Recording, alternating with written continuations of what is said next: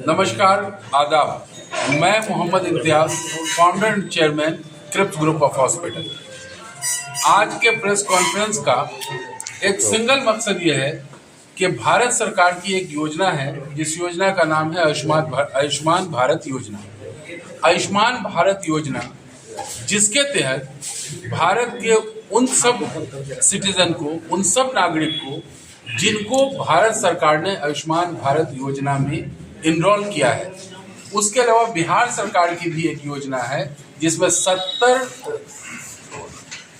वर्ष की उम्र से ज़्यादा के लोग जो भारत सरकार ने किया, और या बिहार सरकार की योजना में जो भी राशन कार्ड होल्डर हैं सब लोग आयुष्मान भारत योजना में इनरोल हैं। आज का प्रेस कॉन्फ्रेंस करने का मकसद यह है कि किशनगंज में और भी कई अस्पताल आयुष्मान भारत योजना में इलाज कर रहे हैं लोगों का। हमारा मकसद यह है कि किशनगंज में 100 बेड का मेरा अस्पताल है जो क्रिप्स हॉस्पिटल किशनगंज के नाम से जाना जाता है। अब तक आयुष्मान भारत योजना मेरे यहाँ नहीं थी, इसलिए कि मेरा हॉस्पिटल 8 महीने पहले इनॉग्रेशन हुआ है। अब हम लोग को बिहार सरकार से, भारत सरकार से आयुष्मान भारत योजना में काम करने के लिए क्रिप्स हॉस्पिटल किशनगंज को इनरोल किया गया। अब मैं एक चीज़ बिलीव करूंगा कि आयुष्मान भारत योजना में तो बहुत सारे हॉस्पिटल हैं, सुना होगा आपने कि आई हॉस्पिटल भी होता है, मेडिसिन भी होता है। हमारा एक कंप्लीट मल्टी स्पेशलिटी हॉस्पिटल है और some of the part super speciality hospital का है। इसीलिए हमारे पास लगभग 8 डिपार्टमेंट को गवर्नमेंट ने परमिशन दी आयुष्मान भारत में काम करने के लिए। मेन आप सब लोग अवेयर होंगे, जनरल मेडिसिन साथ साथ पेडियाट्रिक यानी बच्चे के डॉक्टर, जिसको शिशु रोग विशेषज्ञ कहते हैं। शिशु रोग विशेषज्ञ में या इस विभाग में 2 तरीके से इलाज है। एक तो पेडियाट्रिक होता है जो 28 दिन से बड़ा बच्चा होता है, और दूसरा 28 दिन से कम का बच्चा जिसको न्यूनेटल बोलते हैं, यानी NICU और PICU।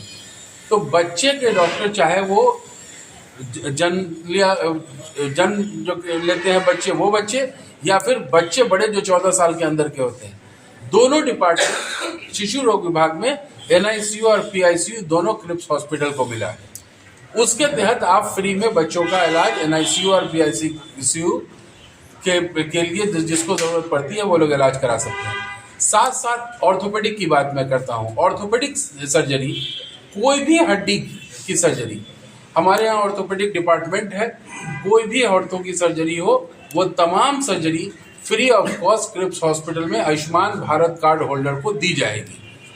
उसके अलावा जनरल सर्जरी भी हमारे यहाँ इनरोल हो चुका है, लेकिन उसमें 1 हफ्ते का समय लगेगा। अभी 1 हफ्ते बाद जनरल सर्जरी भी हम ले सकते हैं। ऑलरेडी हम लोगों का अप्रूवल मिल चुका है, लेकिन कुछ टेक्निकल चीज़ों की वजह से जनरल सर्जरी को हम लोग 1 हफ्ता लेट शुरू करेंगे।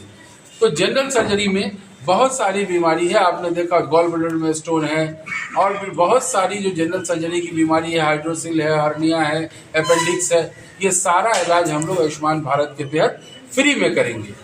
साथ साथ गायनोकोलॉजिस्ट की बात करें, गायनी में जनरल केस नहीं करते हैं हम लोग, लेकिन गायनी डिपार्टमेंट भी हमारे यहाँ है।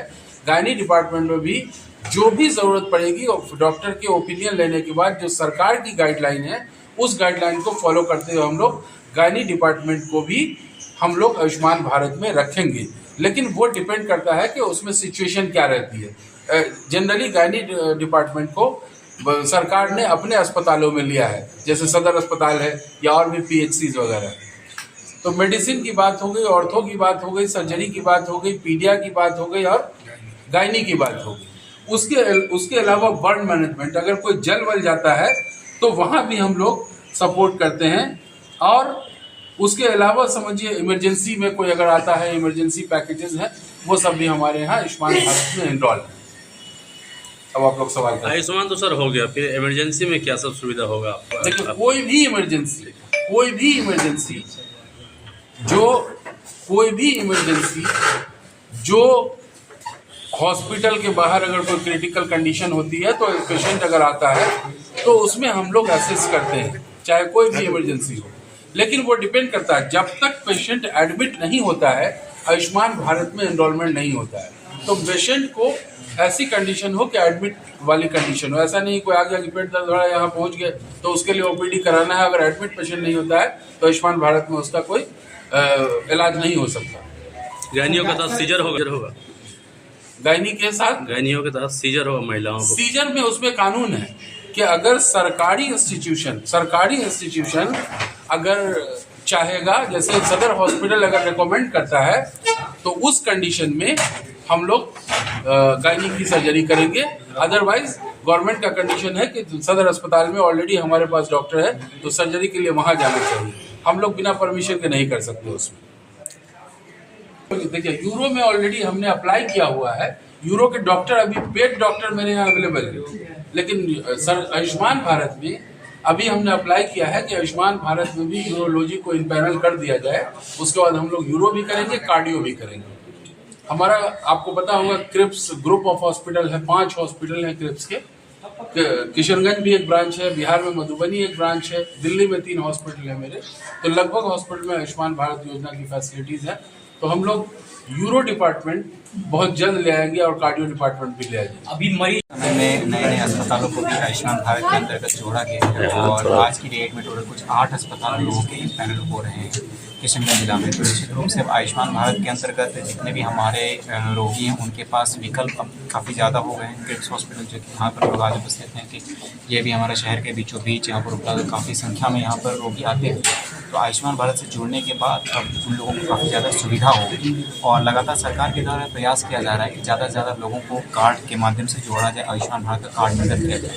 तो आप लोगों के माध्यम से मैं लोगों को भी अपील करना चाहूँगा कि आप लोग ज़्यादा से ज़्यादा अपने परिवार के सभी सदस्यों का आयुष्मान कार्ड बनवाएं और ये जो आयुष्मान भारत का जो योजना है उसका ज़्यादा से ज़्यादा लाभ उठाएं।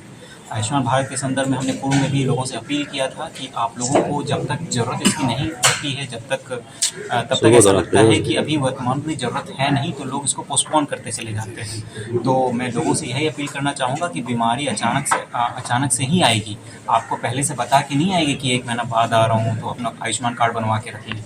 लोग आयुष्मान कार्ड अपना पहले से बनवा के रखें। मीडिया के बंधुओं से मैं आग्रह करूंगा कि आप लोग भी जनमानस तक अपील पहुंचाएं कि अपना आयुष्मान कार्ड बनवा के रख लें और ताकि ज़रूरत पड़ने पर अचानक से जब ज़रूरत हो तभी उसमें कोई प्रॉब्लम नहीं हो और उसको आयुष्मान कार्ड के माध्यम से आपका सही से उपचार हो सके। सर मॉनिटरिंग को लेकर क्या कुछ व्यवस्था है सर?